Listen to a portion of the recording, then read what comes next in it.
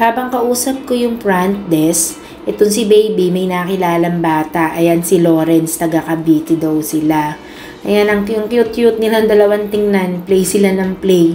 Habang ako naman, kausap ko yung habang nakapila ako dun sa front desk. Nakag-book na nga pala kami sa La Carmela bago kami pumunta dito via Agoda. Kaya ako sa Agoda nakakuha that sa Klook. Wala na silang dun sa Klook, yung available na room. Kaya doon na kami nakapag-book. Ayan, paakyat kami, galing kami sa elevator, papunta na kami sa room na naka-assign na sa amin sa room 257. Yan, excited niya ang bata. Inassist pa kami ni Kuya para sa dami-dami kasi naming dala. Ayan, excited ng batang Miracle pumasok sa loob ng room. Napawaw pa siya dyan. Yan, yung room namin is Premium Deluxe na meron 3 bed. Sakto, tigi-tigi sa kaming 3. Joke. Hindi, si Ate Kat din doon sa isang side, yung isa yung mga gamit. Then, syempre, yung isa kaming family, kaming 3 nila baby, saka si daddy. Meron silang 3 bed. Tapos, yung room na nakuha namin, meron siyang veranda. Lagayan ng parang pwedeng sampayan. Tapos, overlooking mo yung buong La Carmela. Ayan. Ayan yung mga dala namin. Tapos, meron pang trash can. Ayan, pinakita sa amin ni Kuya yung veranda na maliit. Ang cute lang niya. Pero tingnan mo naman yung La Carmela. Kung gaano kaganda sa gabi. Kung titingnan mo, napakamura lang niya. Nakuha lang namin room namin ng 2.6 plus 800 kasi meron kaming additional pack si Ate Kathleen nga. Yun pala kasing naibook ko. Akala ko kasama na si Ate Kathleen dun sa 2.6. Upon arrival dito sa La Carmela, sinisingil kami ng additional na 800. Kala daw nila, 2 lang kami. So, kala ko nakamura ako. Pero okay lang din kasi okay naman yan. Tingnan nyo yung CR, meron naman silang free na na complimentary shampoo and soap na maliit. Then, meron blower. Yung bathroom, siyempre, may bidet. Importante yung bidet. Paano pag napupupo ka, siyempre, kailangan yun. Tapos, ayun yung pinaka-shower room niya. May sabitan ng mga towel. And then, meron siyempre shower. Yan yung pinaka-important doon para pag maliligo, meron kaming papaliguan na maayos. So, habang nire-review namin yung tour or habang nagro-room tour kami, kung ano-ano yung nakikita namin, may evacuation plan, may emergency plan sila. And then, yan, nagsasalita nga ako dyan habang itinuturo ko yung bed. Yung bed na assign. Tapos, yung isang bata, ayun, nangungulit. Ginagalaw yung telepono, tumatawag sa front desk. Napakakulit talaga. Diba, meron pang towel with La Carmela. Itong room na to siguro, mai-rate ko out of 10. 7 siya. Kasi affordable siya and then convenience kapag yun yan ang problema mo dito sa room sa La Carmela or kahit saang room dito sa La Carmela. Pag malayo ka sa lobby, walang wifi. As in, may stress ka dahil walang wifi. Pero kung may data ka naman, mag-data ka na lang. Talagang ganun yun yung nila. Pwede ka mag-wifi dun lang sa lobby, dun sa labas.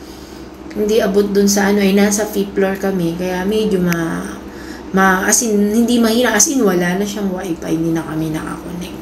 Nag-aaya na yung bata na yan lumabas kasi siguro ako nagugutom na. Kasi nga, nagsuka kaming mag-ina habang papunta galing ng Kalibo. Napakahirap pala, napakalayo. Tapos kami na book kami ng Basakluk. Nakakahilo pala pagka ganun. Hindi ko alam na yan, may aircon pa. May aircon pa ang may mini aircon sila. Kaya naman pala bigyan yung room. Okay naman. Tapos may TV. Yan is LED TV. LED TV siya. Then meron heater. Tapos meron picture din. 2 cup. Complimentary coffee and sugar and creamer. And then yung 2 baso. Tapos, sa kabila na yan, may coffee table, and then may mini rep siya.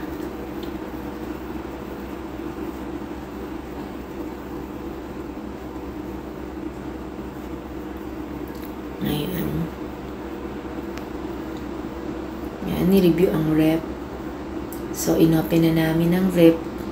Kasi nga, maglalagay kami ng water. Alam niyo naman, water is life.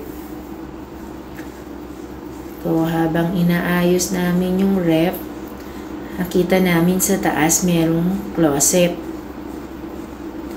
Doon sa closet, ang laman pala ng closet is bolt. Yung bolt na maliit na lagayan ng mga valuable thing kapag ka siguro magpupunta ka sa beach. Siyempre, kailangan iiwan mo yung room. Meron taguan ng mga gamit. Ayan, yung bata na ang Miracle lang nag-review. Siya na ang tumingin.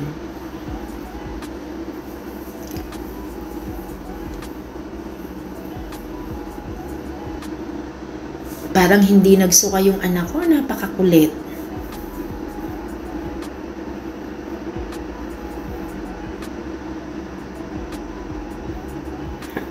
So, okay naman yung room.